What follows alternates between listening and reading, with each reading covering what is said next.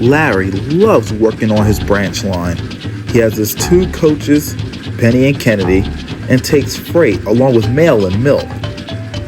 Larry only runs on his branch line during the week, and on weekends he takes trains along the main line. His only day of rest is Sunday.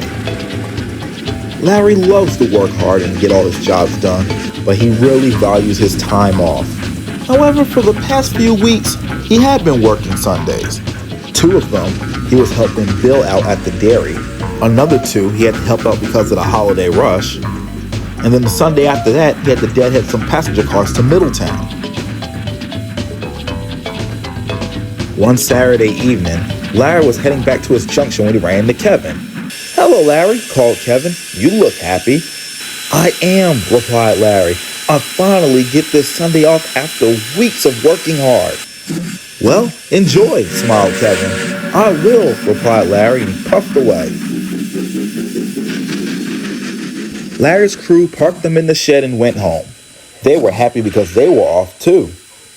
Larry chatted happily to Penny and Kennedy until he finally fell asleep. The next morning, Larry awoke with a start to see his crew fussing about. "What's going on here?" asked Larry. "We have to take a mail train," said his driver. "What mail train?" asked Larry. "No one told us about a mail train." "That's what we said when we got the phone call," muttered the fireman. "But they swear out they told us." "No such thing happened," agreed Larry. "Let's try to get to the station as soon as we can," sighed the driver. "There's only a short run down the Newtown branch, then we could come back here and rest."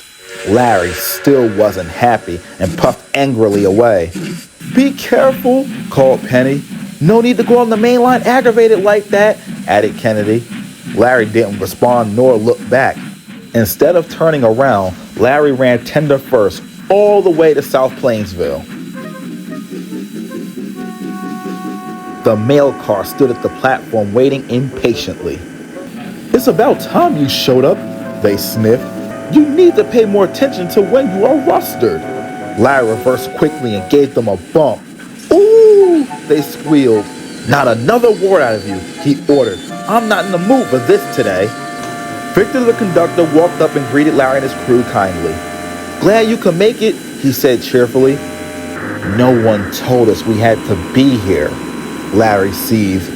"Well, it doesn't matter now," sighed Victor. "Let's just get going. It's only a short run."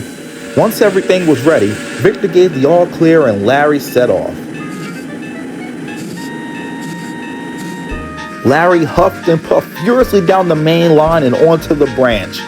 The mail cars tried to get back at Larry by slipping their brakes on so he'll stall in the middle of the line, but they were no match for Larry's strength. They soon reached the last station on the line. Although it was the last station, the line continued. It wasn't officially abandoned, but simply out of service. Larry had never been down there before. "Hey," he said to his crew, "can we explore the rest of this branch line? After what we've been through, it'd be nice to get away for a while." His crew thought about it for a moment. Then the driver finally said, "Yes, let's do it." The fireman uncoupled Larry for the train, and they set off on their adventure.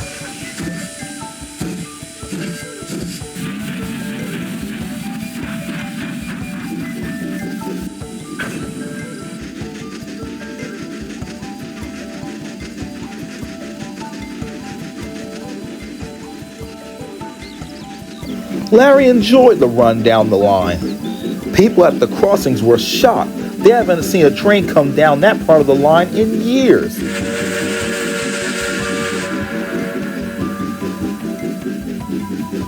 His driver wouldn't let him go fast because they weren't sure of the track conditions.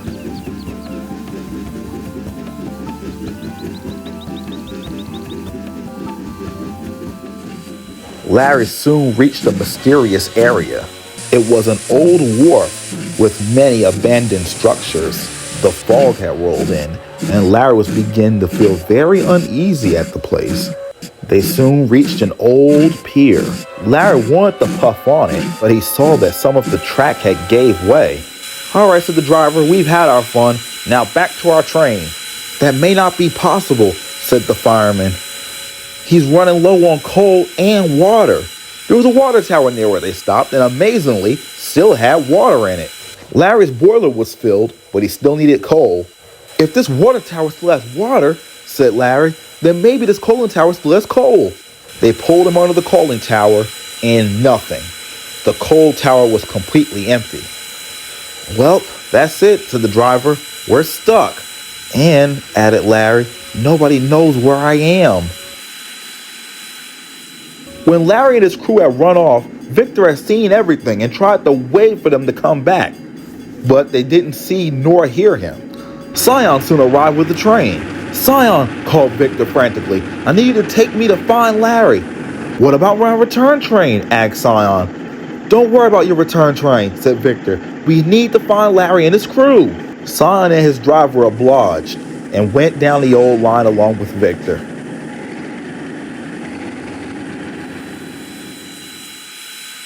Larry was still under the coaling tower. His fire had gone out, and his crew was beginning to get hungry. Just then, Larry heard a familiar horn. That sounds like Scion, he called. This is the last place I expected to find you, he said. How did you find me? Asked Larry. With a little help from me. Victor! Oh, I'm so glad you found me. I have no coal left. Well, said Scion, we better get you home.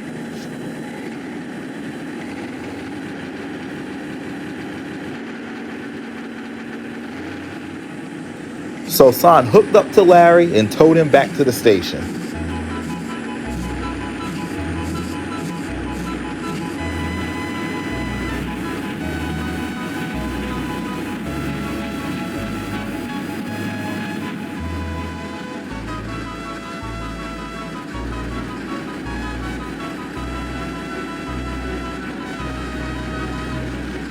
When they got to the station, Miss Caldwell, along with Lisa, the railway post office manager, was waiting for them.